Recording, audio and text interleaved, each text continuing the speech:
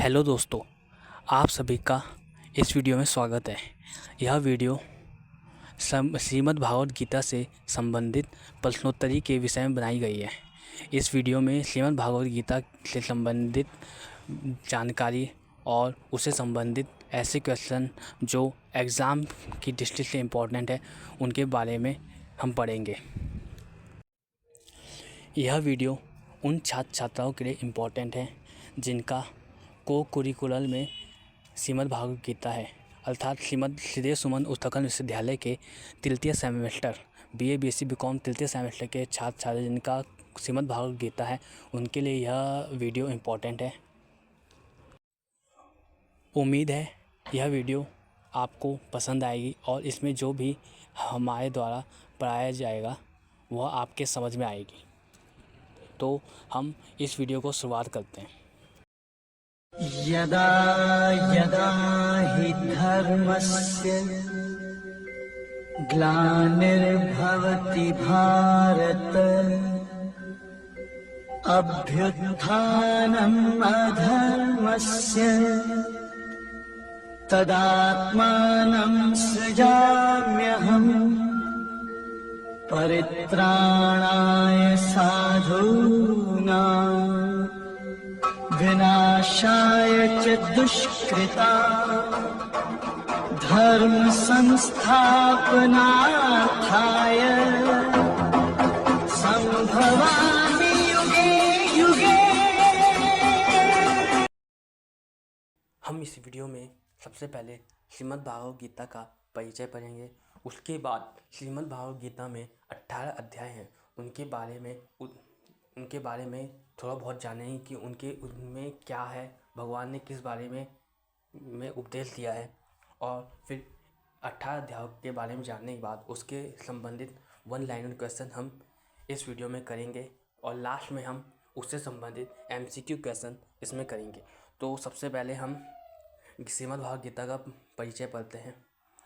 तो श्रीमद् भागवत गीता का परिचय में सबसे पहले क्वेश्चन तो यही पूछा किया जाता है कि श्रीमद् भागवत गीता किसने लिखी या किसने उसकी रचना की। तो श्रीमद् भागवत की रचना महर्षि वेदव्यास जी ने की थी। और श्रीमद् भागवत गीता में किस चीज़ के उपदेशों का वर्णन किया गया है यह भी कभी कभी पूछ लेता है। तो श्रीमद् भागवत गीता में महाभारत युद्ध के दौरान श्री कृष्ण द्वारा अर्जुन को जो उपदेश दिए गए थे उनका वर्णन है। अगला क्वेश्चन पिछली बार पूछा गया था कि श्रीमद् भागवत गीता में कुल कितने अध्याय है। तो श्रीमद् भागवत गीता में कुल 18 अध्याय है। और एक क्वेश्चन यह पूछा जाता है कि श्रीमद् भागवत गीता महाभारत के कौन से पर्व से ली गई है। तो श्रीमद् भागवत गीता महाभारत के भीष्म पर्व के अंतर्गत अध्याय 25 से 42 तक है। तो नेक्स्ट हम चलते हैं आगे। तो एक क्वेश्चन यहाँ पूछा जा सकता है कि श्रीमद् भागवत गीता में कुल कितने श्लोक हैं। श्रीमद् भागवत गीता में 700 श्लोक है, जिनमें से 574 श्लोक भगवान श्री कृष्ण ने कहे थे और 84 श्लोक अर्जुन ने कहे थे और 41 श्लोक संजय ने कहे थे। तो सबसे पहले तो एक क्वेश्चन ये भी पूछ सकते हैं कि महाभारत का युद्ध किनके बीच हुआ और कहाँ हुआ। तो महाभारत का युद्ध कुरु वंश के राजकुमारों कौरव और पांडवों के बीच हुआ था और यह युद्ध कुरुक्षेत्र के मैदान में हुआ था। वर्तमान में कुरुक्षेत्र हरियाणा राज्य में स्थित है। और ये जो जितना भी युद्ध हुआ था उसका संपूर्ण विवरण संजय ने धृतराष्ट्र को बताया था, क्योंकि धृतराष्ट्र जन्म से अंधे थे। इसलिए धृतराष्ट्र को संजय ने अपने दिव्य दृष्टि से जो उन्हें उनके गुरु वेदव्यास जी ने दी थी वो दिव्य दृष्टि से संपूर्ण युद्ध का वर्णन धृतराष्ट्र को दिया। तो अब हम आगे चलते हैं नेक्स्ट। अभी हमने बताया था कि श्रीमद् भागवत गीता में कुल 18 अध्याय है। तो ये उन सभी 18 अध्यायों के नाम हैं जिनमें सबसे पहले जिनमें यह पूछा जाता है कि सबसे पहले वाले अध्याय का नाम क्या है। तो सबसे पहला अध्याय अर्जुन विषाद योग है। सबसे अंतिम है मोक्ष संन्यास योग। तो जो अंतिम है मोक्ष संन्यास योग वो गीता का सबसे बड़ा अध्याय भी है, इसमें सबसे ज़्यादा श्लोक है। तो ये सभी जितने भी अध्याय हैं इनके बारे में एक एक करके हम आगे जानेंगे। तो सबसे पहले हम देखते हैं अर्जुन विषाद योग के बारे में। अर्जुन विषाद योग श्रीमद् भागवत गीता का पहला अध्याय है। और इस अर्जुन विषाद योग अध्याय में कुरुक्षेत्र युद्ध के दौरान अर्जुन के गहरे शोक और मोह के और कर्तव्य विमूढ़ता को दर्शाया गया है। अर्थात जब अर्जुन अपने सामने अपने ही वंश के भाइयों और अपने गुरुओं या सगे संबंधियों को देखते हैं तो वे हताश हो जाते हैं, वो गहरे शोक में आ जाते हैं। तो इसी का वर्णन इस अध्याय में किया गया है। साथ ही इस अध्याय में दोनों सेनाओं पांडवों और कौरवों की सेनाओं का वर्णन किया गया है। और इस अध्याय में कुल 47 श्लोक हैं। नेक्स्ट, तो सबसे पहले ये क्वेश्चन पिछली बार पूछा गया था कि अर्जुन का विषाद का कारण क्या था। मतलब क्वेश्चन ये था कि अर्जुन ने लड़ने से मना क्यों किया। तो अर्जुन के विषाद का कारण अर्जुन ने लड़ने से मना इसलिए किया था क्योंकि अपने ही कुल के सगे संबंधियों कौरवों और गुरुओं को सामने देखकर वो मोह से ग्रस्त हो गए थे। और इस विषाद का परिणाम यह हुआ था कि अर्जुन ने धनुष बाण त्याग कर रथ के पीछे बैठ गए थे, मतलब लड़ने से मना कर दिया था। तो यही जो स्थिति उत्पन्न होती है, यही गीता के महान उपदेश का आधार बनती है। मतलब यहीं से श्रीमद् भागवत गीता की शुरुआत होती है। भगवान श्री कृष्ण अपना उपदेश देना स्टार्ट करते हैं। तो यह अध्याय जीवन के संघर्ष, मोह और कर्तव्य के बीच दुविधा को दिखाता है, जो अंततः सही मार्ग की ओर ले जाता है। तो ये जो यहाँ अध्याय जो यहाँ सही मार्ग की बात की गई है, तो यह श्रीमद् भागवत गीता में कृष्ण के उपदेश की ओर ले जाने को दर्शाता है। तब नेक्स्ट अध्याय हम देखते हैं सांख्य योग। तो सांख्य योग है, इसमें आत्मज्ञान, सांख्य योग को आत्मज्ञान का मार्ग बताया गया है, जो आत्मा की अमरता और शरीर की नश्वरता का विश्लेषण कर अर्जुन के शोक और मोह को दूर करता है। तो इसमें इस अध्याय में आत्मा की अमरता के बारे में बताया गया है, आत्मा की विशेषताएं बताई गई है। तो इसकी ये बात यह है कि श्री कृष्ण बताते हैं कि आत्मा अमर, अविनाशी, अजन्मा है। यह केवल वस्त्र बदलने की तरह बदलता, शरीर बदलता है। तो इसमें आत्मा की अमरता के बारे में बताया गया है कि आत्मा न तो मरती है न जन्म लेती है, यह केवल वस्त्र बदलने की तरह मृत्यु के बाद दूसरे शरीर में प्रवेश कर जाती है। इसके बाद हम देखते हैं अगला। तो अगले में शोक का निवारण है। भगवान जब अर्जुन वो शोकग्रस्त हो गए थे, तब उनके शोक को दूर करने के लिए उन्होंने यह उपदेश दिया कि आत्मा अमर है, इसलिए इसे न तो कोई मारता है न ही कोई मरता है, इसलिए शोक करना व्यर्थ है।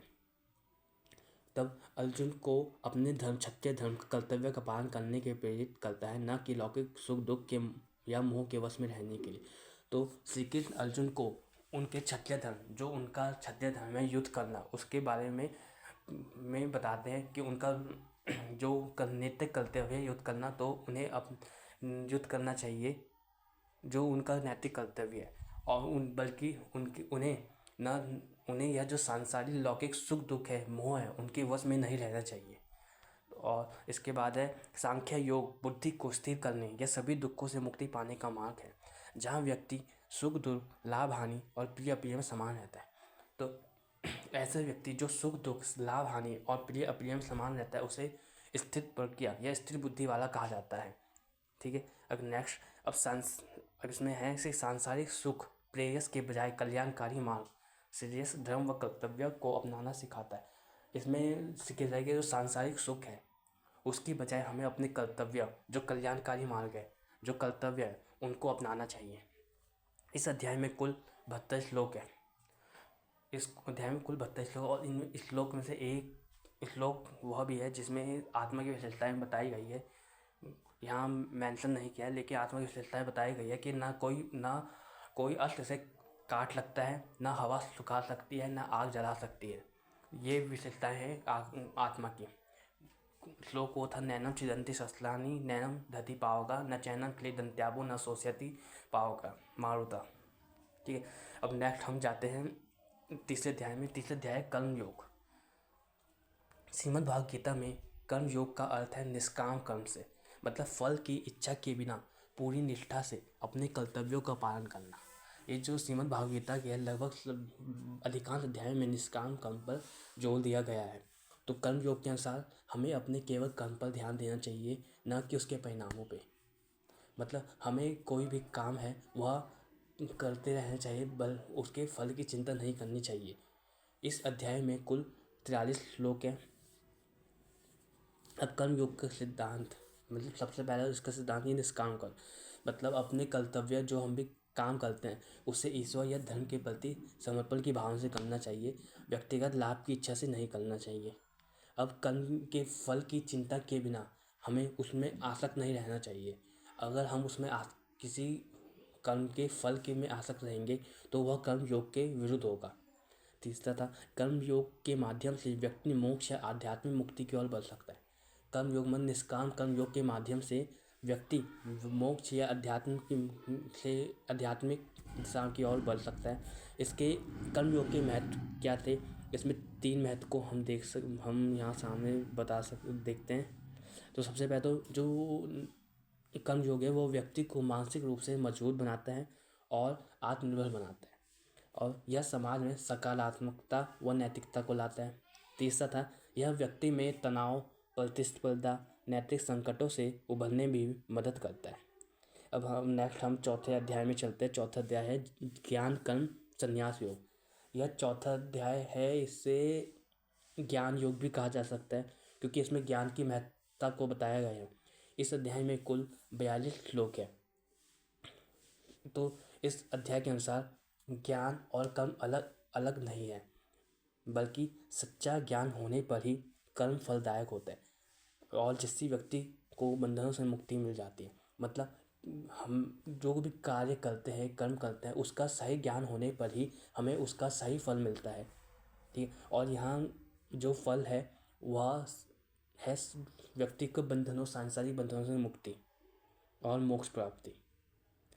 अब इस अध्याय में जो हमने बहुत बचपन में श्लोक सुना होगा या अपन पढ़ा होगा, यदा यदा हि धर्मस्य ग्लानिर्भवति भारत अभ्युत्थानं धर्मस्य तदात्मानं सृजाम्यहम्। और दूसरा श्लोक है, परित्राणाय साधूनां विनाशाय च दुष्कृतां धर्म संस्थापनार्थाय संभवामि युगे युगे। ठीक है, तो हमने जो कैलेंडर होते हैं या कहीं किताब होती है उनके फ्रंट पेज में ज़्यादातर 42 श्लोक रहते हैं। तो इनका अर्थ है कि जब जब धर्म की हानि और अधर्म की वृद्धि होती है तब भगवान अवतार लेते हैं। तो प्रश्न एग्ज़ाम में प्रश्न ये बन सकता है, भगवान कब अवतार लेते हैं? ठीक, तो जब जब धर्म की हानि होती है, अधर्म की वृद्धि होती है, तब भगवान अवतार लेते हैं। और क्यों अवतार लेते हैं? साधु जन का उद्धार करने के लिए, पाप कम करने वालों का विनाश करने के लिए और धर्म की स्थापना करने के लिए भगवान युग युग में प्रकट होते हैं। ठीक, अब इसके बाद नेक्स्ट है, श्री कृष्ण अर्जुन को ज्ञान में स्थित होकर युद्ध करने का निर्देश देते हैं, जो कर्म और ज्ञान के संतुलन का प्रतीक है। मतलब श्री कृष्ण अर्जुन को स्थिर होकर युद्ध करने का निर्देश देते हैं। अब आध्यात्मिक उन्नति के लिए केवल कर्मों का त्याग पर्याप्त नहीं है, बल्कि उन्हें सही ज्ञान, निष्काम भाव और ईश्वर के प्रति समर्पण के साथ करना आवश्यक है। मतलब भगवान ने यह बताया, जो आध्यात्मिक उन्नति के लिए हम जो कर्म है, सिर्फ कर्मों का त्याग ही प्राप्त नहीं है, बल्कि उन कर्मों को सही ज्ञान, निष्काम भाव से और ईश्वर के प्रति समर्पण करने से ही आध्यात्मिक उन्नति होती है। हम नेक्स्ट अध्याय है कर्म संन्यास योग। इस अध्याय में कुल 29 श्लोक हैं। इस अध्याय में श्री कृष्ण बताते हैं कर्म का त्याग, संन्यास और भक्तिपूर्ण कर्म करना, मतलब कर्म योग, दोनों का एक ही लक्ष्य होता है, मोक्ष प्राप्ति। लेकिन निष्काम कर्म, जिसे भगवान को समर्पित रहकर किया जाता है, सबसे उत्तम है, क्योंकि यह ज्ञान और वैराग्य का संतुलन है और जो व्यक्ति को कर्म के बंधन से मुक्त करता है। तो एग्ज़ाम में यह क्वेश्चन पूछा जाता है कि श्रीमद् भागवत गीता किस प्रकार के कर्म पर बल देती है, तो उसका आंसर होता है निष्काम कर्म पे। ठीक है, अब इसमें नेक्स्ट है कि संन्यास का अर्थ है केवल कार्य छोड़ना, केवल कार्य छोड़ना नहीं है।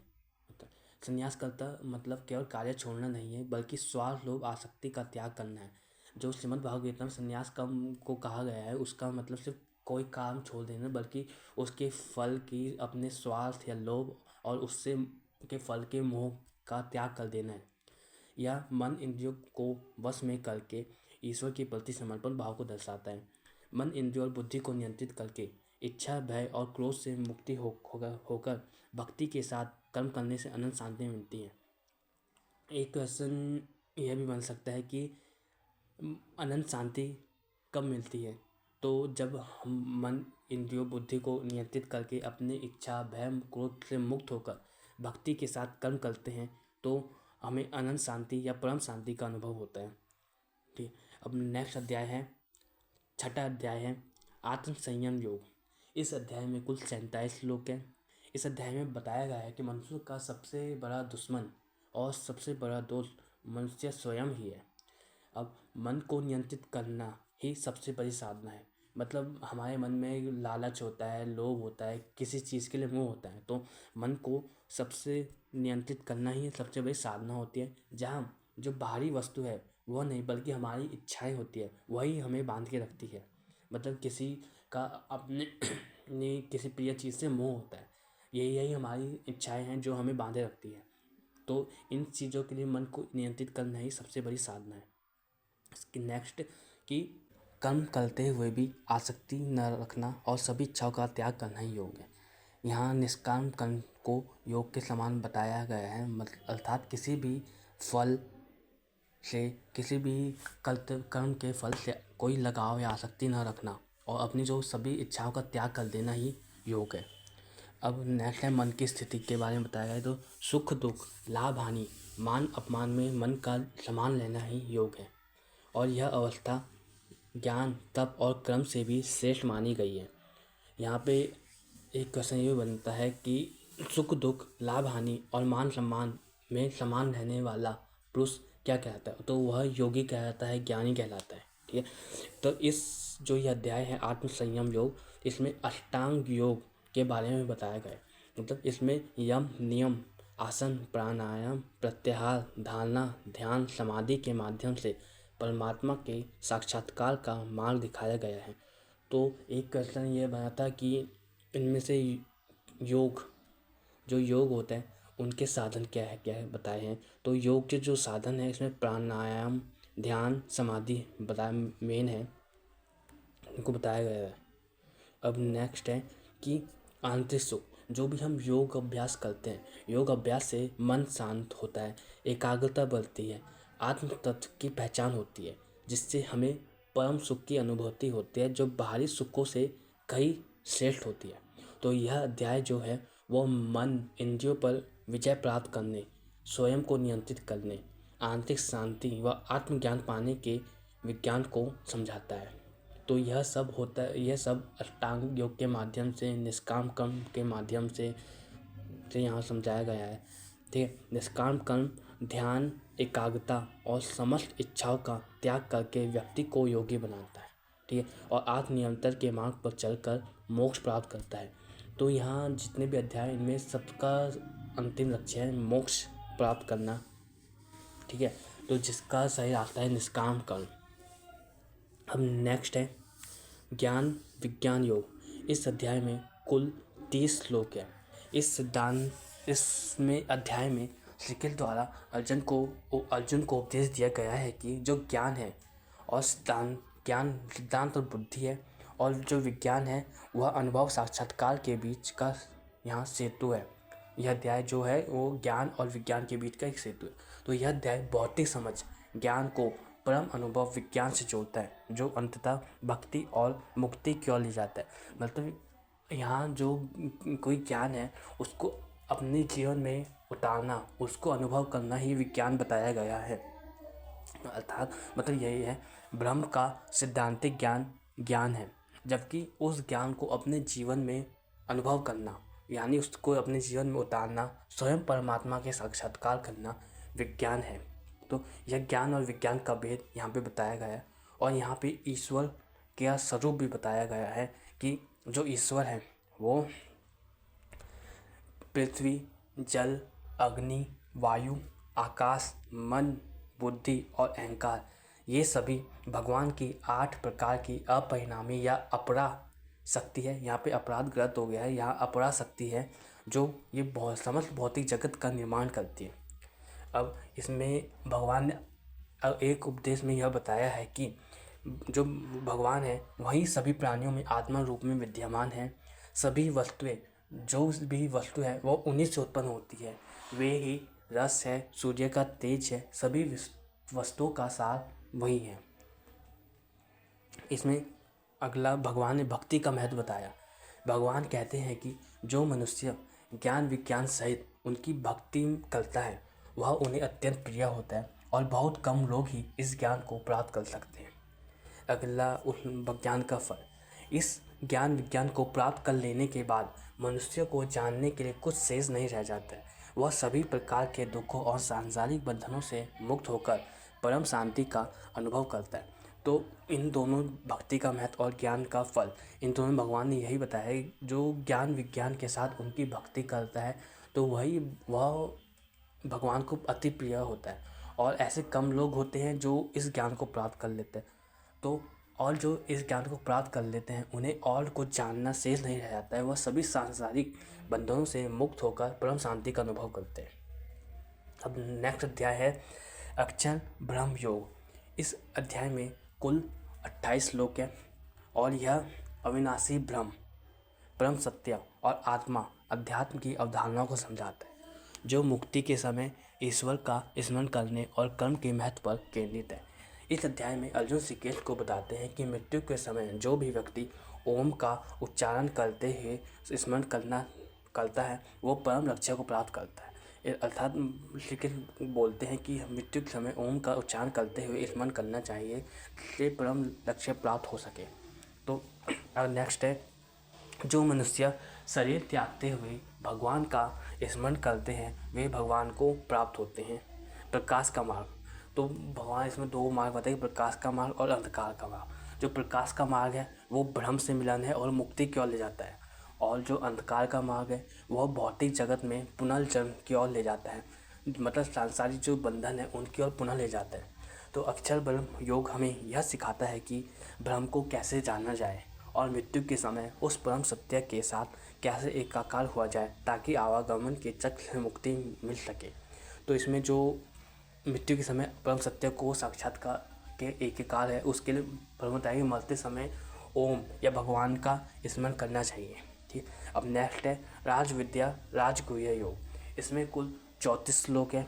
इसमें श्री कृष्ण द्वारा अर्जुन को दिया गया वह गोपनीय उपदेश है, जिसमें गोपनीय उपदेश या ज्ञान है जिसे सभी विद्याओं का राजा कहा गया है, और यह अति उत्तम, पवित्र और मोक्षदायक है।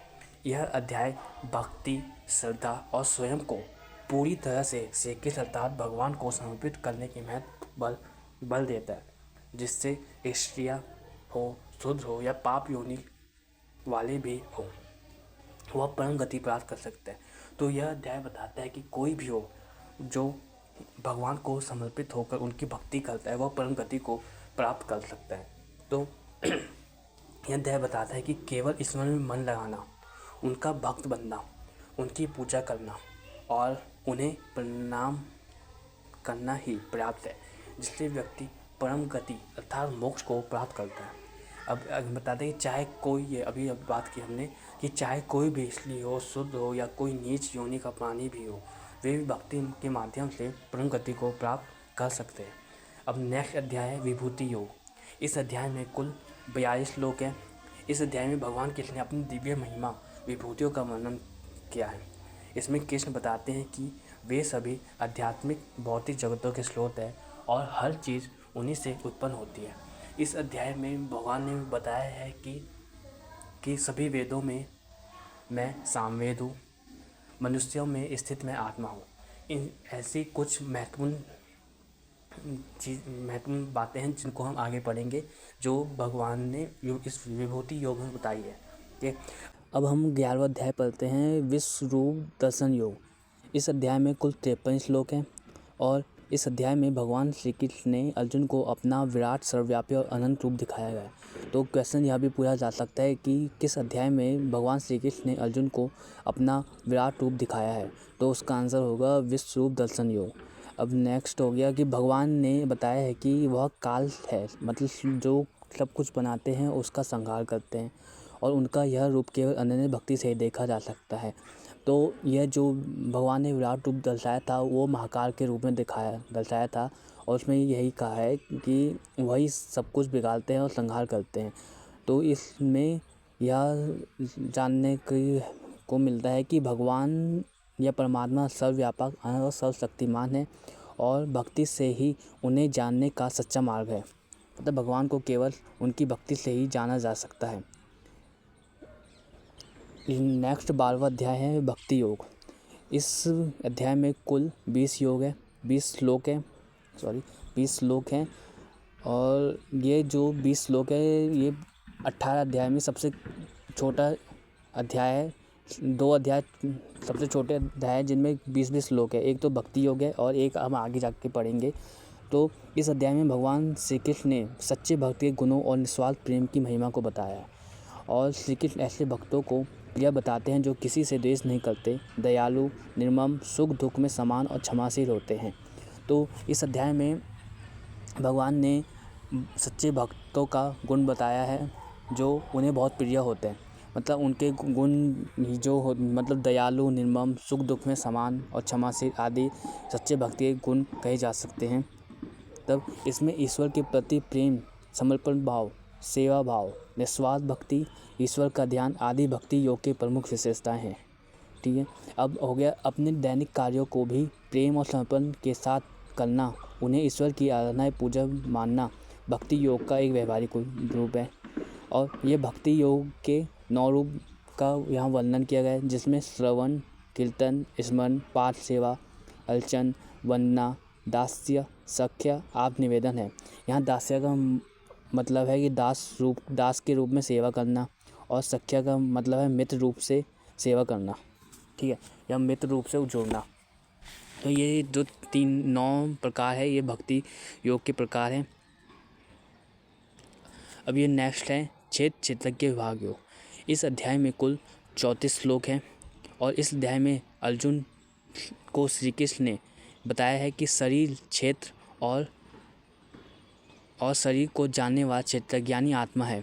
इन दोनों के बीच के अंतर को श्री कृष्ण ने यहाँ अर्जुन को समझाया है। अर्थात उन्होंने बताया कि जो शरीर है वह नाशवान है, इसका नाश हो सकता है, लेकिन आत्मा अविनाशी है। इसको कोई चीज़ नाश नहीं कर सकती। यह ना तो वही बात है, यह ना तो जन्म लेता है न मरता है। और जो यह ज्ञान प्राप्त कर लेता है वही सच्चा ज्ञानी होता है। अर्थात भगवान ने यहाँ यह कहा है कि जो भी शरीर और आत्मा के बीच के अंतर को जान लेता है वही सच्चा ज्ञानी होता है। अब नेक्स्ट अध्याय है ये 14वां अध्याय गुणत्रय विभाग योग। हम ये अध्याय में प्रकृति के 3 गुणों और उनसे मनुष्य के व्यवहार पर पड़ने वाले प्रभाव का वर्णन किया। तो ये हमने बहुत बचपन से ही पढ़ा है कि प्रकृति के 3 गुण होते हैं, सत्व गुण, रज गुण और तम गुण। तो इन तीनों गुणों को इस अध्याय में बताया गया है। तो ये गुण है प्रत्येक व्यक्ति के स्वभाव और कर्मों को प्रभावित करते हैं।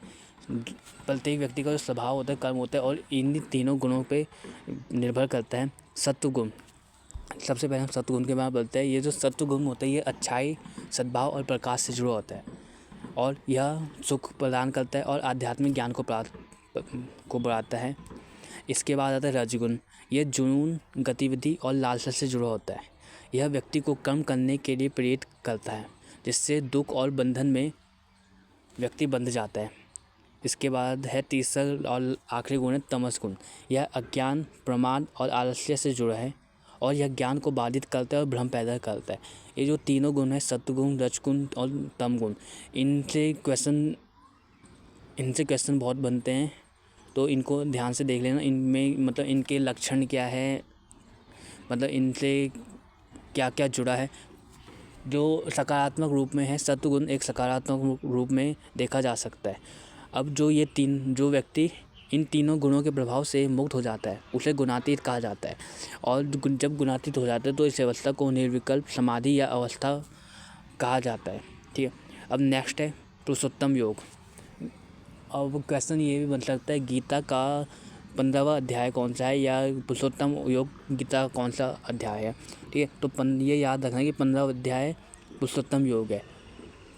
अब इस अध्याय में श्री कृष्ण ने संसार को उल्टे अश्वत्थ वृक्ष के रूप में बताया है और स्वयं को पुरुषोत्तम के रूप में प्रकट किया है। ठीक है, तो इसमें भगवान ने जो संसार है इसको उल्टे अश्वत्थ वृक्ष के रूप में बताया है, जिसमें जड़ें ऊपर की ओर है और सबसे ऊपर परमात्मा को बताया है और नीचे उस वृक्ष की शाखाएं नीचे फैली हुई है जो एक भौतिक जगत को इंगित करती है। और जो इसके वृक्ष के पत्ते हैं वो विषय है जो क्षणभंगुर है और इन विषयों को काटना, मतलब इन वृक्ष को काटना या को हम वैराग्य के रूप में देख सकते हैं। वैराग्य मतलब मुक्ति का मार्ग। ठीक है, अब इसमें नेक्स्ट है कि शरीर जो है वो नश्वर है, लेकिन जो आत्मा है वो अक्षर या अमर है। भगवान कृष्ण बताते हैं कि वे स्वयं परम पुरुषोत्तम है, जो इन दोनों से भी श्रेष्ठ है। जो स्वयं परम पुरुषोत्तम को जान लेता है वही मुक्ति प्राप्त करता है। अर्थात मतलब जो व्यक्ति भगवान को जान लेता है वह मुक्ति प्राप्त कर लेता है। इस अध्याय में कुल 20 श्लोक है और इससे पहले भक्ति योग था जिसमें 20 श्लोक थे। तो ये जो भक्ति योग है और पुरुषोत्तम योग, ये दोनों में बराबर 20 श्लोक है और यह पूरी गीता के 18 अध्याय में सबसे छोटे अध्याय कहे जा सकते हैं। और इसमें यह भी बताया कि अभिमान, मोह और आसक्ति से मुक्त होकर जो आत्मा में लीन रहते हैं और सुख दुख से परे होते हैं, मोक्ष प्राप्त करते हैं। तो ये क्वेश्चन ये भी बन सकता है, मोक्ष कौन प्राप्त करे? जो सुख दुख में समान रहते हैं, अभिमान मोह से और आसक्ति से मुक्त रहते हैं, वे मोक्ष प्राप्त के योग्य होते हैं। अब नेक्स्ट है देवासुर संपदा विभाग योग। यहाँ पर मिस्टेक हो रखी है, देवासुर संपदा विभाग योग है। तो यह 16वां अध्याय है और इस अध्याय में मनुष्य के भीतर पाए जाने वाले 2 प्रकार के गुणों, देवी और असुरी गुणों का वर्णन किया गया है। ठीक है, तो जो मनुष्य है उसके अंदर 2 प्रकार के गुण पाए जाते हैं, देवी गुण और आसुरी गुण। जो सकारात्मक गुण होते हैं वो देवीय गुण होते हैं और जो नकारात्मक होते हैं वो आसुरी गुण होते हैं। तो इस अध्याय का मुख्य उद्देश्य है कि मनुष्य को आत्मनिरीक्षण कर अपने भीतर के जो देवीय गुण होते हैं उनको विकसित करना है और आसुरी प्रवृत्ति मतलब आसुरी गुणों का त्याग करना है। तो इस अध्याय में कुल 24 श्लोक हैं। अब नेक्स्ट में हम देवीय गुण और आसुरी गुण दोनों के बारे में पढ़ेंगे। तो देवीय गुण, सबसे पहले हम देवीय गुण के बारे में पढ़ते हैं। तो ये वे गुण हैं जो मनुष्य में आत्मिक उन्नति करते हैं और मोक्ष की ओर ले जाते हैं, जैसे निडरता, मन और इंद्रियों की शुद्धि, ज्ञान, तप, अहिंसा, अक्रोध, शांति, दया, लोभ न करना, अहंकार नहीं करना, तेज, क्षमाशील होना, धैर्य रखना,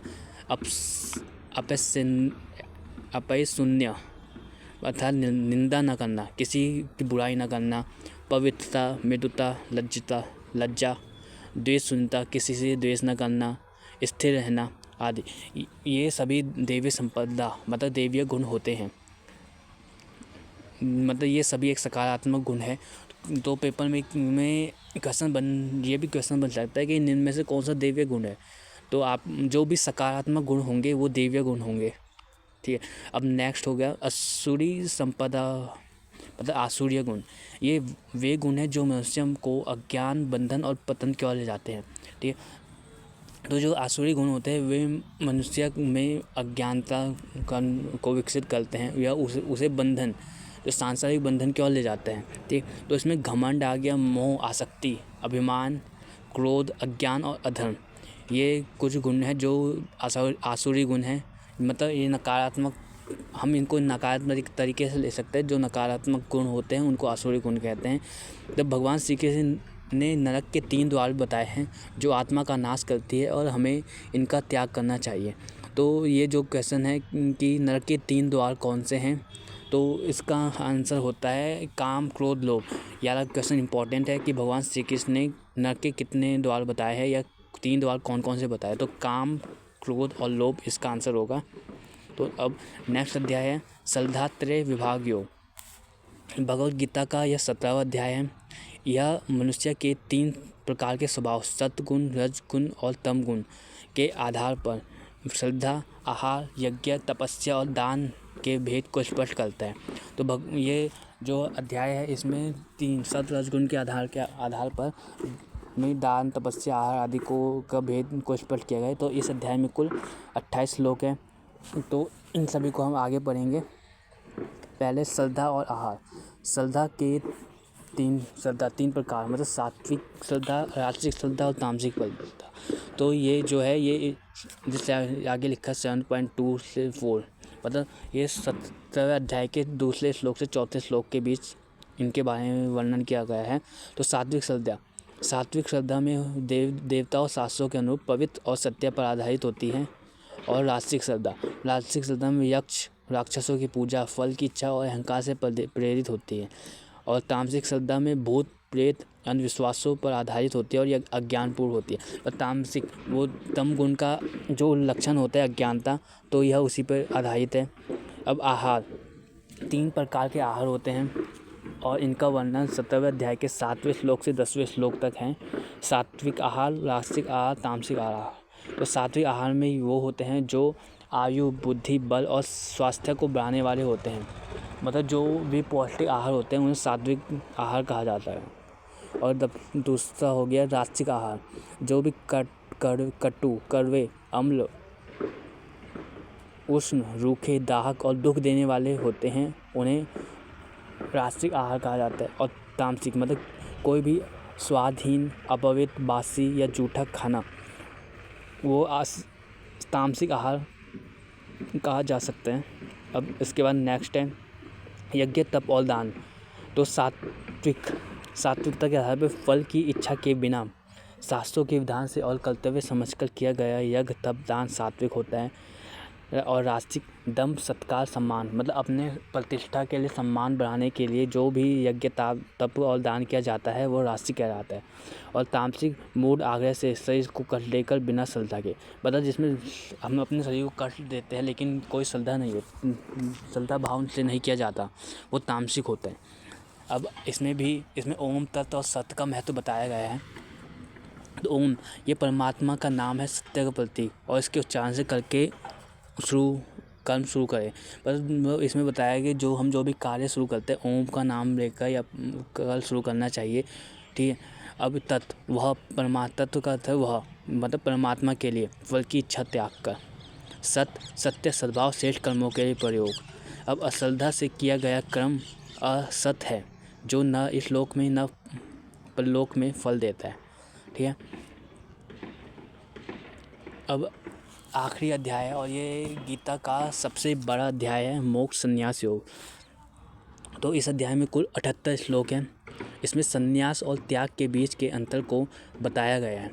तो इसमें सबसे पहले ये है कि भौतिक इच्छाओं से प्रेरित होकर कर्मों को पूरी तरह छोड़ देना संन्यास है, और गीता के अनुसार इसे श्रेष्ठ नहीं कहा गया है। अब कर्मों को करना लेकिन उनके फल की इच्छा का त्याग कर देना, यही सच्चा और श्रेष्ठ त्याग बताया गया है। और इसमें नेक्स्ट है कर्म के प्रकार। तो त्याग के संदर्भ में कर्म को 3 प्रकार से बताया गया है, सात्विक, राजसिक और तामसिक।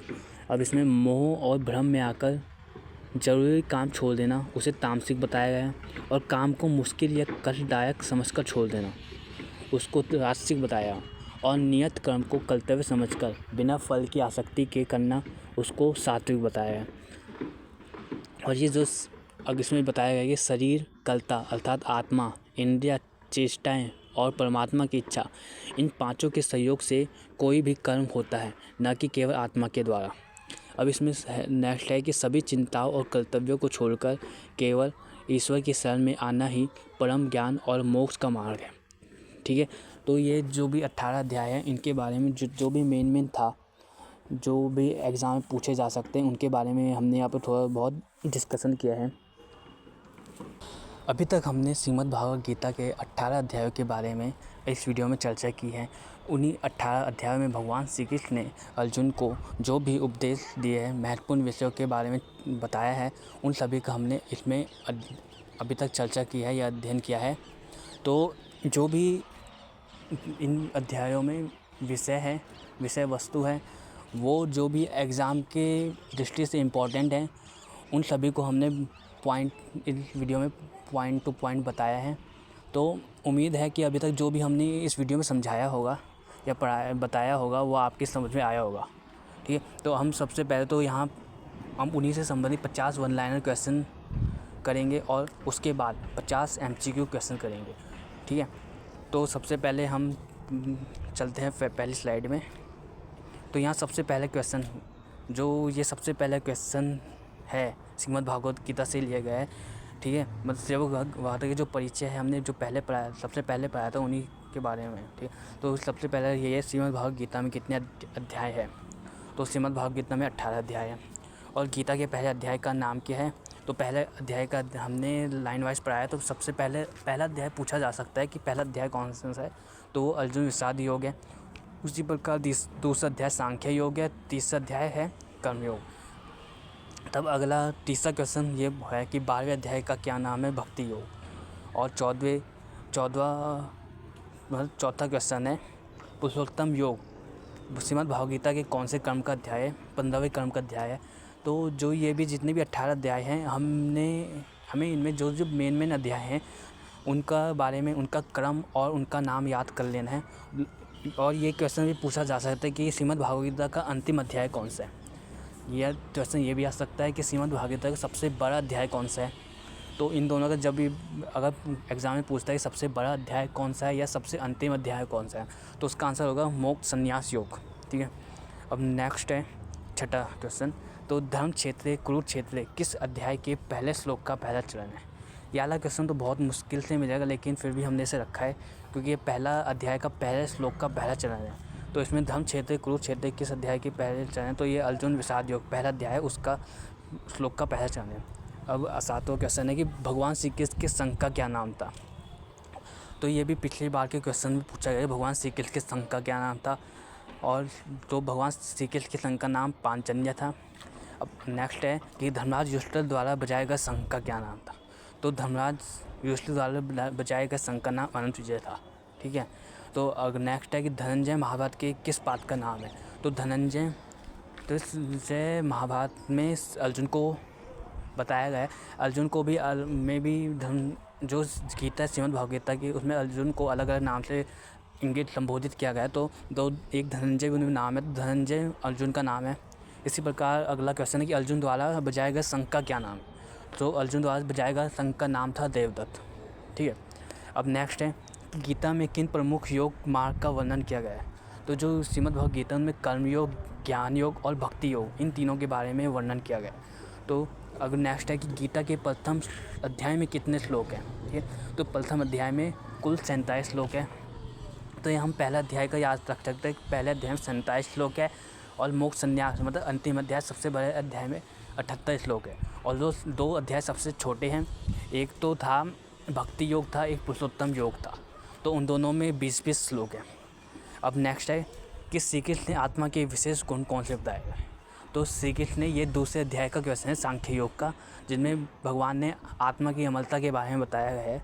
ठीक है, तो उसका ही क्वेश्चन है। तो भगवान ने आत्मा के विशेष गुण बताए हैं कि आत्मा को शस्त्र काट नहीं सकती, अग्नि जला नहीं सकती, जल गला नहीं सकता और वायु सुखा नहीं सकती। ठीक है, ये 4 गुण, विशेष गुण आत्मा के बताए गए हैं। तो अगर नेक्स्ट है गीता के अनुसार किस व्यक्ति को सुख प्राप्ति नहीं हो सकती। तो जो भी व्यक्ति अशांत होता है तो उसको सुख प्राप्ति कभी नहीं हो सकती गीता के अनुसार। ठीक है, अब नेक्स्ट है कि क्या नष्ट होने से सर्वनाश हो सकता है या सर्वनाश हो।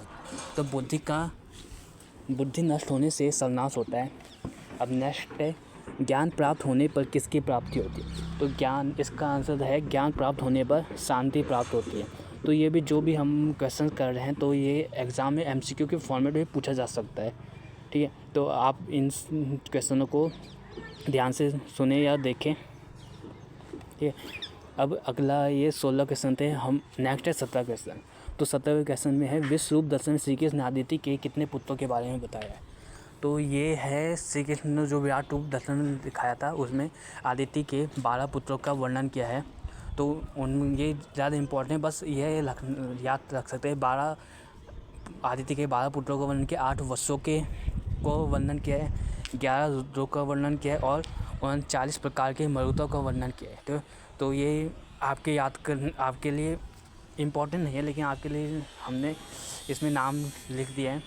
तो मेन ये याद है कि आदित्य के 12 पुत्रों का वर्णन किया है, 8 वत्सों का, 11 रुद्रों का और 49 प्रकार के मरुतों का वर्णन किया है। ठीक है, अब नेक्स्ट 18वां है कि शरीर के 9 द्वार कौन से बताए गए।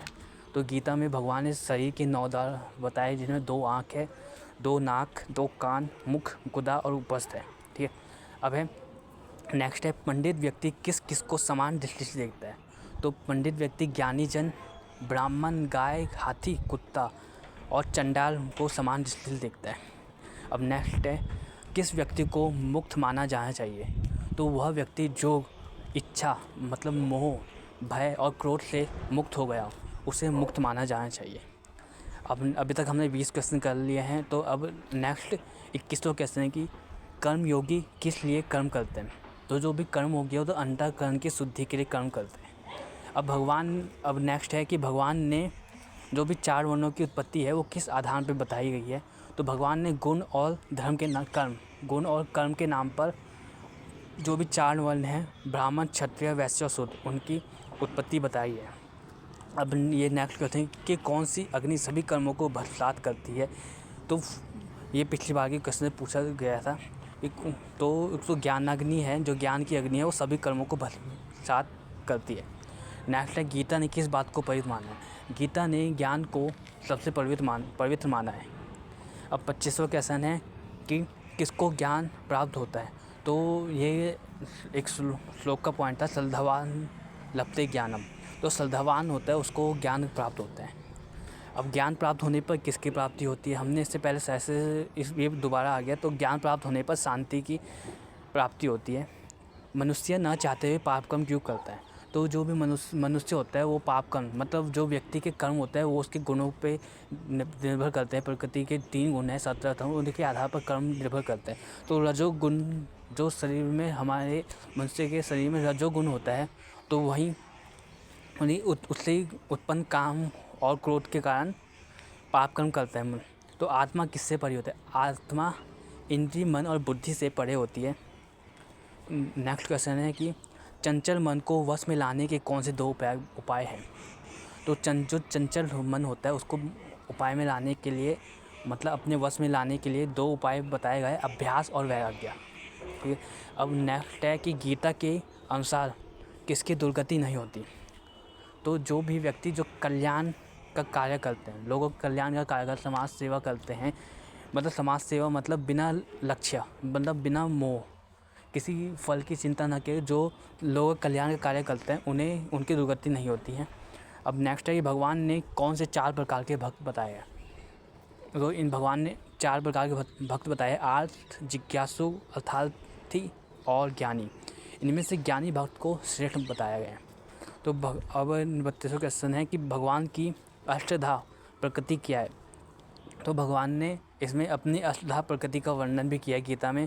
तो वो है पृथ्वी, जल, अग्नि, वायु, आकाश, उसके बाद मन, बुद्धि और अहंकार। ये 8 प्रकार की प्रकृति है जिसका भगवान ने वर्णन किया है। अब 33वां है कि किसको गीता में किसको अक्षर ब्रह्म, मतलब क्वेश्चन ये भी बन सकता है अक्षर ब्रह्म किसको कहा गया है, या गीता में ओम को क्या कहा गया है। तो गीता में ओम को अक्षर ब्रह्म कहा गया है। अब नेक्स्ट है कि उत्तरायण और दक्षिणायन कितने महीने का होता है। तो 6 महीने का उत्तरायण दक्षिणायन होता है। तो ये इम्पोर्टेंट इसलिए बना क्योंकि जो भीष्म पितामह थे उनकी ने अपनी मृत्यु की तिथि उत्तरायण को निश्चित की थी, इसलिए यह क्वेश्चन यहाँ पे इम्पोर्टेंट है। ठीक है। अब नेक्स्ट है गीता के अनुसार कौन पुरुष परम गति को प्राप्त करता है। तो जो भी व्यक्ति मरते वक्त या शरीर त्यागते वक्त ओम का उच्चारण करते हैं वह परम गति को प्राप्त करता है। ठीक है। अब नेक्स्ट है भक्ति भाव से कौन सी 4 चीज़ें भगवान को देने से भगवान उसको ग्रहण करता है। तो 4 चीज़ें वो, सबसे पहले पत्र में बेलपत्र हो या तुलसी हो, दूसरा हो गया पुष्प या फूल, तीसरा हो गया फल, और चौथा हो तोय मतलब जल। तो ये जो जल है वो सूर्य भगवान या शिवजी भगवान को अर्पित करने से भगवान उसे ग्रहण करते हैं। अब नेक्स्ट है गीता में किसको कृपण कहा गया है। जो फल के उद्देश्य से कर्म करता है उसे कृपण कहा गया है। अब अर्जुन को सव्यसाची क्यों कहा गया है। क्योंकि अर्जुन दोनों हाथों से बाण चलाने में निपुण थे, इसलिए उन्हें सव्यसाची कहा गया है। अब नेक्स्ट है कि विश्व रूप दर्शन में भगवान का कौन सा रूप था। तो अभी हमने जब पढ़ रहे थे तो उसमें भी बताया था भगवान ने महाकाल का रूप दिखाया है। तो विश्व रूप दर्शन में भगवान ने लोगों का नाश करने वाले महाकाल का रूप दिखाया है। कौन से भक्त का भगवान संसार से सुख उद्धार करते हैं। तो इसका ये क्वेश्चन का आंसर है कि भगवान में जो भी भक्ति भाव से भगवान को भक्ति भाव से समर्पित हो जाता है, या भगवान में जो चित्त लगाने वाला प्रेमी भक्त होता है उसका भगवान शीघ्र उद्धार कर देते हैं। अब नेक्स्ट क्वेश्चन है 5 इंद्रियों के विषय कौन कौन से। तो हमने 5 इंद्रियाँ सुनी, आँख, नाक, कान, जीभ और त्वचा। तो उनके विषय हैं जो कान है उनके विषय, कान का विषय शब्द है, त्वचा का विषय स्पर्श है, आँख का विषय रूप है, नाक का विषय गंध है, आँख, नाक, कान और जीभ का विषय रस है। ठीक है। अब 42वां क्वेश्चन है कि अनिकेत का अर्थ क्या है।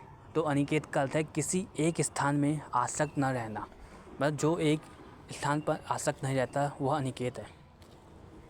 अब नेक्स्ट क्वेश्चन, कर्मों के फल का त्याग करने से क्या मिलता है। परम शांति। तो कर्म, नेक्स्ट इसका आंसर परम शांति है। अब अगला क्वेश्चन, गीता के अनुसार 3 गुण कौन कौन से हैं। तो गीता के 3 गुण, सत्वगुण, रजगुण और तमगुण, ये 3 गुण है। अब नेक्स्ट है, सत्वगुण से क्या प्राप्त होता है। तो सत्वगुण से सुख, ज्ञान और वैराग्य प्राप्त होता है। अब 40वां है, आत्मा का नाश करने वाले 3 प्रकार के नरक के द्वार कौन से। तो 3 प्रकार के नरक के द्वार, काम, क्रोध और लोभ। ये वाला क्वेश्चन बहुत इंपॉर्टेंट है, तो इसको आप ज़रूर याद रखना कि आत्मा का नाश करने वाले नरक के 3 द्वार है, काम, क्रोध और लोभ। अब 47वां, भगवान लोक में और वेद में किस नाम से प्रसिद्ध है। तो ये पुरुषोत्तम जो योग था, योग अध्याय है, उसमें भगवान ने बताया था। ठीक है। तो भगवान लोक में और वेद में पुरुषोत्तम नाम से प्रसिद्ध है। और 48वां कि ब्रह्म का नाम कैसे जाना जाता है। तो ओम, तत् और सत, ये 3 प्रकार हैं जिनसे ब्रह्म का नाम जाना जाता है। ठीक है। अब नेक्स्ट है कि सात्विक सुख किसको माना गया। तो सात्विक सुख वही है जो आरंभ में विष के समान लगता है, लेकिन बाद में परिणाम में अमृत के समान होता है, तो उसे यहाँ सात्विक सुख कहा गया। अब आखिरी और लास्ट क्वेश्चन है कि श्री कृष्ण को योगेश्वर नाम से किसने संबोधित किया है। तो श्री कृष्ण को जो लास्ट आखिरी अध्याय था उसमें श्री कृष्ण को संजय ने योगेश्वर नाम से संबोधित किया। उसमें श्री कृष्ण ने को योगेश्वर नाम से और अर्जुन को पार्थ नाम से संबोधित किया है संजय ने।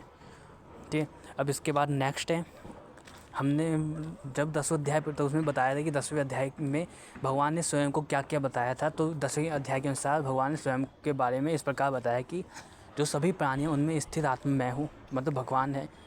तो सभी वेदों में सामवेद है, और जो भी नक्षत्र है उनमें चंद्रमा है, पांडवों में धनंजय हैं, आयुध मतलब शस्त्रधारियों में राम हूँ, सर्पों में वासुकी हूँ। ठीक है। तब इसी प्रकार उन्होंने वृक्षों में स्वयं को अश्वत्थ बताया है, हाथियों में ऐरावत, नागों में अनंतनाग, पशु में सिंह और पक्षियों में वैंते अर्थात गरुड़ बताया। तो वैसे तो बहुत और भी थे, लेकिन जो मेन थे उनके बारे में हमने यहाँ पे बताया है। ठीक है। अभी हमने गीता से संबंधित 50 वन लाइनर क्वेश्चन को पढ़ा है। तो अब इसी के क्रम में हम आगे 50 MCQs क्वेश्चन को यहाँ सॉल्व करेंगे।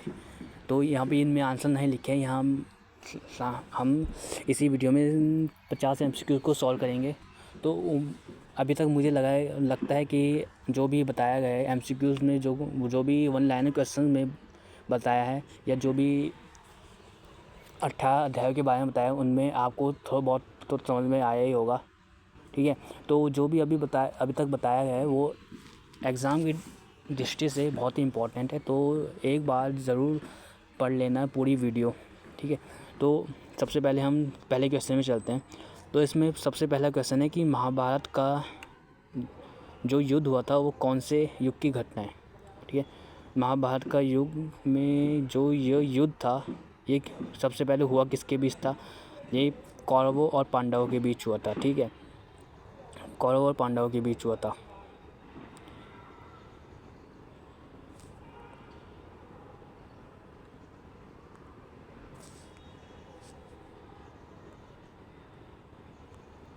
ठीक है। तो ये पहला क्वेश्चन है कि महाभारत का युग कौन से युग की घटना है।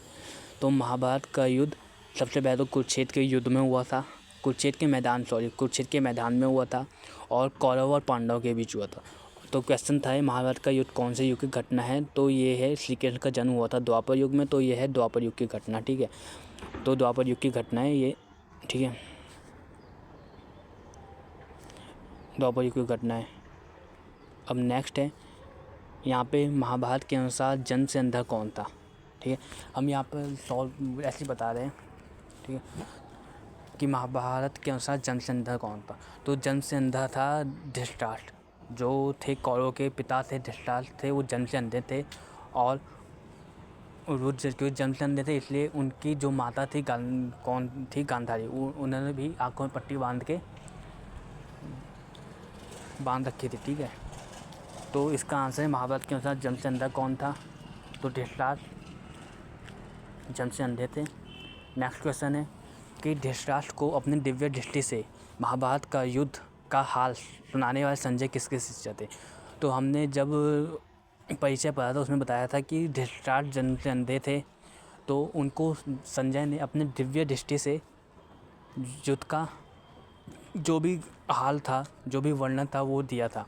तो जो संजय थे वो किसके शिष्य थे, क्वेश्चन ये है। तो संजय जिन्होंने श्रीमद् भागवत गीता की रचना की, वेदव्यास जी, उनके शिष्य थे। ठीक, वेदव्यास जी के शिष्य थे संजय। अब नेक्स्ट क्वेश्चन है, पांडव की सेना के महानायक के रूप में कर्तव्य निभाने वाले धृष्टद्युम्न किसके पुत्र थे। ये धृष्टद्युम्न, तो धृष्टद्युम्न ने पांडवों की ओर से लड़ाई लड़ी थी। तो धृष्टद्युम्न जो थे वो द्रुपद के पुत्र थे। ठीक है, द्रुपद थे पांचाल देश के राजा थे, ठीक है, पांचाल देश के राजा थे। तो पांचाल देश के राजा द्रुपद, उनके पुत्र थे धृष्टद्युम्न। तो ये तो क्वेश्चन से देख के लग रहा है कि इसके पुत्र जिन्होंने पांडवों के साथ दिया, क्योंकि कृपाचार्य कौरवों के साथ थे, द्रोणाचार्य कौरवों के साथ धृतराष्ट्र के पुत्र थे। ठीक है, तो इसका आंसर द्रुपद। ठीक है, अब यहाँ पे क्वेश्चन था कि भीम के द्वारा बजाए गए शंख का क्या नाम है। तो यहाँ ऑप्शन में हमने ऑप्शन ऐसे रखे कि जब जिससे सारे सबके शंख के नाम आपको यहाँ पे आ जाए। तो जो सबसे बेहतर पांचजन्य श्री कृष्ण के शंख का नाम था। अब ऑप्शन है बी, देवदत्त। तो देवदत्त हमने वन लाइन क्वेश्चन में पढ़ा, देवदत्त था अर्जुन के शंख का नाम। और यहाँ पे दो शंख के नाम है जो अलग है, एक पांडु है, एक गगननाभ है। ठीक है, जो गगननाभ है वो था भीष्म पितामह के शंख का नाम था। ठीक है, और तो यहाँ पे जो क्वेश्चन है भीम के द्वारा बजाया गया शंख का क्या नाम है, तो भीम के द्वारा जो बजाया गया शंख था उसका नाम है पांडु। ठीक है, तो जो पांडु है वो भीम द्वारा बजाया गया शंख का नाम है। ठीक है, अब नेक्स्ट है, नकुल के द्वारा बजाया गया शंख का क्या नाम था। यहाँ पर नकुल के बजाया गया शंख का नाम पूछा है। तो यहाँ पर नकुल द्वारा जो सबको पहले नकुल कौन था, पांडवों के 5 थे, उनमें से थे पांडव के 5 भाई थे। तो उसमें युधिष्ठिर, अर्जुन, भीम, नकुल और सहदेव थे। तो नकुल के बजाया गया शंख का नाम था सुघोष। जो पहला ऑप्शन है सुघोष, तो वो नकुल द्वारा बजाया गया शंख का नाम था। इसमें देवदत्त अभी बताया, अर्जुन के बजाया गया शंख का नाम था मणिपुष्पक था, नकुल और सहदेव। मतलब नकुल का था सुघोष और सहदेव का था मणिपुष्पक। तो सहदेव का था मणिपुष्पक।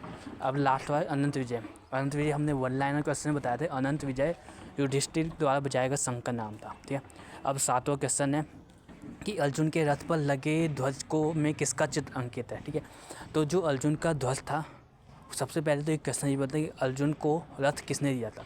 तो जो अर्जुन को था वो रथ अग्निदेव ने दिया था। ठीक है, भगवान अग्निदेव ने दिया था अर्जुन को रथ। तो और इसका क्वेश्चन है जो अर्जुन के रथ में लगा ध्वज में किसका चित्र था, तो यहाँ पे हनुमान जी थे, हनुमान जी का चित्र अर्जुन के रथ में लगा हुआ था। अब नेक्स्ट है, कौरव पांडव किस वंश से थे। जब हमने सब वीडियो स्टार्ट की थी उसमें बताया था कि कुरु वंश के थे कौरव पांडव, कुरु वंश के राजकुमार। तो कौरव पांडव कुरु वंश से संबंधित थे। अब नेक्स्ट है कि गांडीव किसके धनुष का नाम था। तो ये क्वेश्चन इंपॉर्टेंट है बहुत। तो गांडीव किसके धनुष का नाम था, तो गांडीव अर्जुन के धनुष का नाम था गांडीव। अब नेक्स्ट क्वेश्चन है, कुंती प्रथा ने किसकी उपासना की जिनके आशीर्वाद से अर्जुन का जन्म हुआ था। ठीक है, तो यहाँ पे कुंती का एक और नाम था प्रथा। तो यहाँ पे अर्जुन है, इसका आंसर अर्जुन है। मतलब इसका मतलब जो अर्जुन था, अर्जुन को प्रथा पुत्र भी या कुंती पुत्र कहा जाता है। तो कुंती ने इंद्रदेव की उपासना की थी, जिसके पश्चात उनको आशीर्वाद रूप में अर्जुन मिला था। तो कुंती का एक और पुत्र था कर्ण, जो सूर्य देव के आशीर्वाद से प्राप्त हुआ था। ठीक है, तो यहाँ भी रखना कि जो सुतपुत्र, कुंती का सुतपुत्र कौन था, कर्ण था, और वो भगवान सूर्य देव के उपासना से प्राप्त हुआ था। अब 11वां था, यदा यदा ही धर्मस्य ग्लानिर्भवति भारत। यह श्लोक श्रीमद् भागवत गीता के कौन से अध्याय से लिया गया है? तो जो यह श्लोक था वो चौथे अध्याय से लिया गया था, ज्ञान योग। हमने जब चौथा अध्याय पढ़ा उसमें बताया था, ये दोनों श्लोक के बारे में बताया था। तो ये चौथा अध्याय है ज्ञान योग, ठीक है। अब नेक्स्ट है 12वां। श्रीमद् भागवत गीता के अनुसार श्री अर्जुन को श्री कृष्ण ने अष्टांग योग के विषय में उपदेश दिया। कौन से अध्याय में है ये? तो जो अर्जुन विषाद योग में तो था कि अर्जुन विषाद का कारण था, कर्म योग में कर्म के बारे में बताया, भक्ति योग में भक्ति का। तो जो अष्टांग योग मतलब आत्म मन को, अष्टांग योग वगैरह होते मन साधना मतलब मन को नियंत्रण करना। तो आत्म संयम योग जो छठा अध्याय था उनमें अष्टांग योग के विषय में श्री कृष्ण ने बताया था। अब नेक्स्ट है गीता को किसका सार कहा गया? ये पिछली बार भी क्वेश्चन पूछा गया था और इम्पोर्टेंट है। तो गीता को उपनिषदों को सार कहा गया है, ठीक है। ये इसका आंसर डी है, उपनिषदों को सार कहा गया है। अब नेक्स्ट है 14, ठीक है। अर्जुन को भगवान ने कौन सी गीता सुनाई थी? तो ये तो क्वेश्चन आसान है, बहुत ईजी है, भगवद गीता। अर्जुन को भगवान ने भगवद गीता बताई थी। अब नेक्स्ट है 15वां। श्रीमद् भागवत गीता में कमल पत्राक्ष सबसे किसको संबोधित किया गया है? मतलब इसमें था कमल के समान जिसके नयन है। कमल पत्राक्ष का अर्थ है कमल के समान जिसके नयन है, ठीक है। तो ये है श्री कृष्ण का नाम है, ये संजय ने संबोधित किया था श्री कृष्ण को कमल पत्राक्ष नाम से, ठीक है। अब अगला है कि श्रीमद् भागवत गीता के कौन से अध्याय में श्री कृष्ण के विश्व रूप का दर्शन किया गया? तो जो 2 अध्याय थे, 10वां था विराट रूप, ठीक है, और 11वां था विश्व रूप दर्शन। तो विश्व रूप दर्शन योग में जो 11वां अध्याय था उसमें श्री कृष्ण के विराट रूप का या विश्व रूप का दर्शन का वर्णन किया गया है।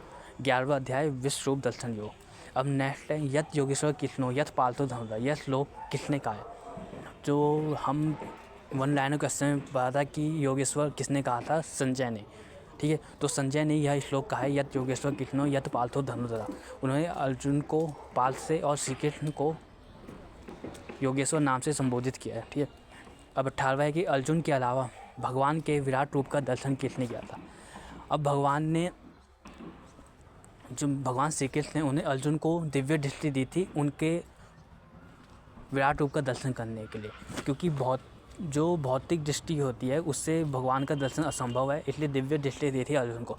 और दिव्य दृष्टि वेदव्यास जी ने संजय को भी दी थी, इसलिए भगवान के जो विराट रूप था उसका दर्शन संजय ने भी किया था, ठीक है। तो इसका आंसर है संजय। अब 19 है कि श्रद्धा कितने प्रकार की होती है? तो हमने पढ़ा था कि श्रद्धा 3 प्रकार की होती है, सात्विक, राजसिक और तामसिक। तो इसका आंसर 3 है, श्रद्धा 3 प्रकार की होती है। अब क्या हवन दान तप के लिए क्या आवश्यक है? तो इसमें जो ये यहाँ ऑप्शन है, ऑप्शन देख के आंसर का पता लग जाएगा। प्रमाद, लालसा और जिंदा, ये तो एक नकारात्मक वेज में आ जाएगा। तो श्रद्धा एक सकारात्मक में, तो श्रद्धा है इसका आंसर। हवन दान और तप के लिए क्या आवश्यक? श्रद्धा। तीसरा पॉइंट श्रद्धा, ठीक है। अब 21वां क्वेश्चन है कि अर्जुन ने किसे अपना आध्यात्मिक गुरु बताया था? तो अर्जुन ने किसको आध्यात्मिक गुरु बनाया था? तो इसका आंसर है श्री कृष्ण, ठीक है। जब भागवत गीता का जब युद्ध में थे तो तब जब वो हताश निराश हुए तब उन्हें श्री कृष्ण को अपना आध्यात्मिक गुरु बनाया, मतलब उनको आध्यात्मिक शिक्षा दी थी श्री कृष्ण ने, ठीक है। अब नेक्स्ट है श्री कृष्ण अर्जुन को आत्म के अमृत की शिक्षा कौन से अध्याय में देते हैं? मतलब अब जो दूसरा अध्याय था सांख्य योग, मतलब कर्म योग में तो कर्म के बारे में बताया था, भक्ति योग में भक्ति के, विभूति के योग में भगवान की जो विभूतियाँ थी उसके दर्शन किया था। तो सांख्य योग था दूसरा अध्याय सांख्य योग, जिसमें भगवान ने आत्मा के बारे में बताया। तो आत्मा की अमृत की शिक्षा कौन से अध्याय में? सांख्य योग दूसरा अध्याय, ठीक है। अब 23वां है श्री कृष्ण ने अर्जुन को किस नैतिक कर्तव्य का बोध कराया? तो इसमें था, ये पहले अध्याय का क्वेश्चन है। तो श्री कृष्ण ने अर्जुन को यह बताया था कि युद्ध करना क्षत्रियों का धर्म है, इसलिए अर्जुन क्षत्रिय थे, उन्होंने क्षत्रियों का धर्म बताया। तो इसका आंसर है युद्ध करना, ठीक है। अब नेक्स्ट है मधु नामक राक्षस का वध किसने किया था? तो मधु नामक राक्षस का वध किया था श्री कृष्ण ने, इसलिए उन्हें मधुसूदन नाम से भी कहा जाता है, ठीक है। अब 25वां क्वेश्चन है संजय ने निद्रा पर विजय प्राप्त करने वाला अर्थात गूढ़ा केस किसे कहा है? तो यहाँ मैंने पहले बताया अर्जुन को अनेक नामों से बताया, श्री कृष्ण को भी अनेक नामों से बताया। तो अर्जुन को यहाँ पे गूढ़ा केस कहा गया है संजय ने। तो संजय ने गूढ़ा केस किसे कहा है? अर्जुन को। अब 26वां क्वेश्चन है, किसने अपने पिता को आजीवन ब्रह्मचारी रहने का वचन दिया था? तो इसका आंसर तो बचपन सब हर कोई पढ़ता आया है। तो भीष्म पितामह थे जिन्होंने आजीवन ब्रह्मचारी रहने की प्रतिज्ञा ली थी और अपने पिता को वचन दिया था। पिता उनके शांतनु थे, ठीक है। अब आगे आत्मा के संबंध में कौन सा कथन सही है? या तो है आत्मा जन्म नहीं लेती, ठीक है, आत्मा को काटा नहीं जा सकता और आत्मा मृत्यु के समय दूसरे देह में जाती है। ये तीनों कथन यहाँ सही है। तो इसका आंसर हो चौथा उपयुक्त सभी, ठीक है। अब 28वां क्वेश्चन है, गीता के प्रथम अध्याय का प्रारंभ किसके कथन से होता है? ठीक है, तो जो गीता थी उसके में जो प्रथम अध्याय है उसमें प्रारंभ किसके कथन से होता है? वो वहाँ पर तो ये तो हमें पता है कि अर्जुन और संजय का संवाद है, लेकिन यहाँ पर जो प्रश्न होता है, जो पहला कथन होता है, वो धृतराष्ट्र का कथन होता है कि वह अपने संजय से पूछता है कि युद्ध में आखिर चल क्या रहा है, ठीक है। तो यहाँ पर आंसर धृतराष्ट्र है। अब अहंकार ही काम को बिगाड़ता है, अतः कार्य कैसे करना चाहिए? जब अहंकार काम को तो कार्य कैसे करना चाहिए? मोह से कोई कार्य नहीं करना चाहिए, द्वेष से कार्य करना, वैराग्य से और राग से।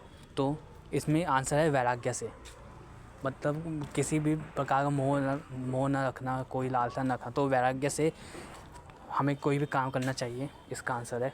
तीसरा, नेतृत्वकर्ता नेतृत्व कैसे करना? जो नेतृत्व करता है, नेता होता है, उसको नेतृत्व कैसे करना चाहिए?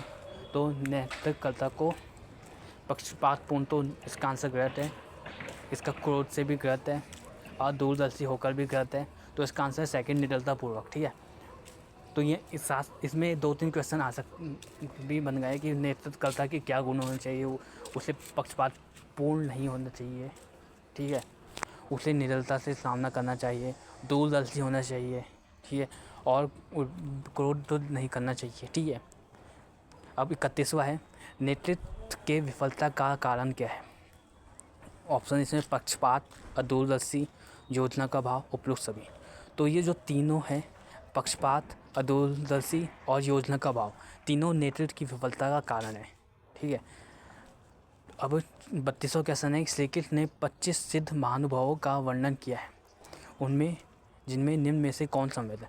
तो ये विश्व रूप दर्शन योग में या ये क्वेश्चन है 10वें या 11वें अध्याय, जिसमें विराट रूप का दर्शन किया है।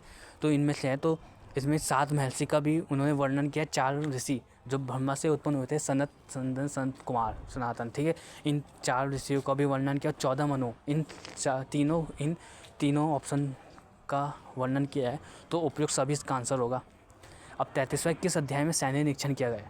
तो सबसे पहले ये अध्याय था जिसमें दोनों पांडवों और कौरव दोनों की सेना का वर्णन किया गया था। तो अर्जुन विषाद योग में दोनों की सेना का निरीक्षण किया गया। अब 34वां, गीता जयंती मासिक कौन सी एकादशी मनाई जाती है? तो इसमें है इसका आंसर है मोक्षदा एकादशी। मोक्षदा एकादशी को गीता जयंती मनाई जाती है, ठीक है। अब नेक्स्ट हो गया 35वां, महारानी कुंती के पिता का क्या नाम था? द्रुपद तो द्रौपदी के पिता का नाम था, ठीक है। जनक सीता का नाम था, ठीक है, सीता के पिता का नाम था। तो यहाँ पर महारानी कुंती के पिता का नाम था राजा सूरसेन। इसका ऑप्शन सेकंड है, राजा सूरसेन, ठीक है। अब 36वां क्वेश्चन है, भगवद गीता के अनुसार सच्चा संन्यास त्याग क्या है? सभी कर्मों का त्याग या केवल स्वार्थपूर्ण कर्मों का त्याग, फल की इच्छा का त्याग या ज्ञान प्राप्ति के सब कुछ त्याग? मतलब यहाँ पर सच्चा त्याग, संन्यास या त्याग बताया गया है कि फल की इच्छा का त्याग करना, ठीक है।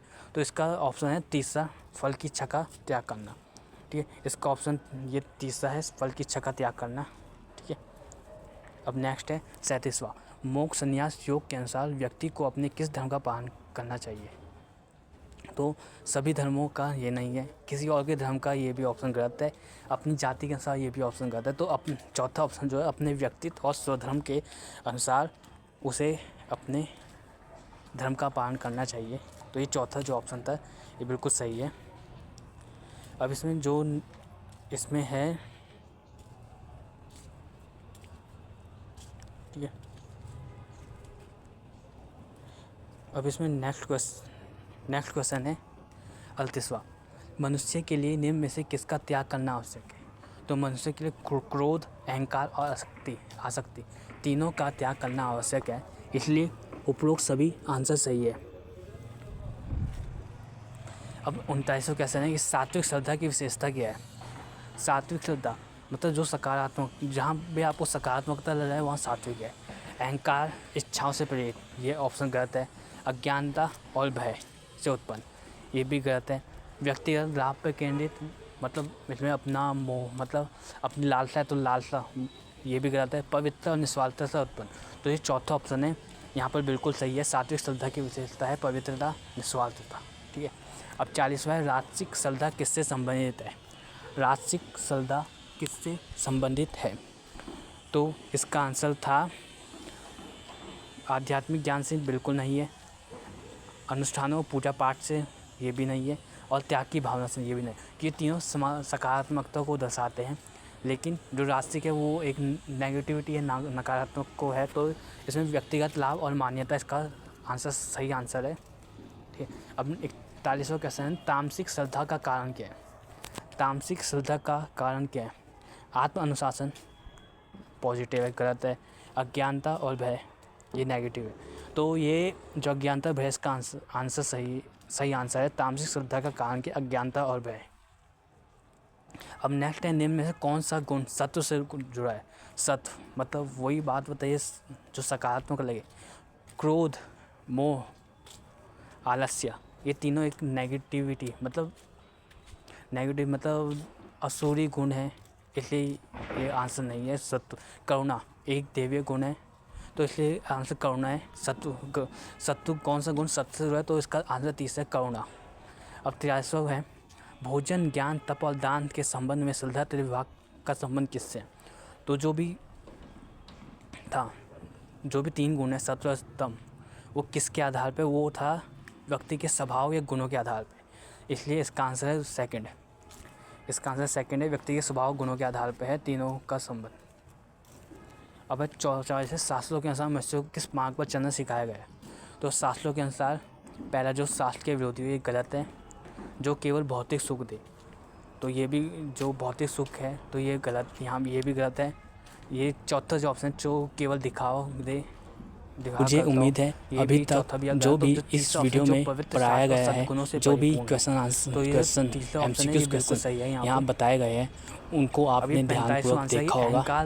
तो यह जो भी हमने इसमें बताया, ये सभी एग्जाम के दृष्टिकोण से बहुत ही इम्पोर्टेंट है, इसलिए एक बार आप इस वीडियो को एग्ज़ाम से पहले ज़रूर देखें। अगर यह वीडियो आपको अच्छी लगी हो, इसका कंटेंट आपको समझ में आया हो, मतलब तो इस वीडियो को लाइक और अपने ऐसे दोस्तों को ज़रूर शेयर करें जिनके पास भी जिनका भी इसका एग्ज़ाम होगा।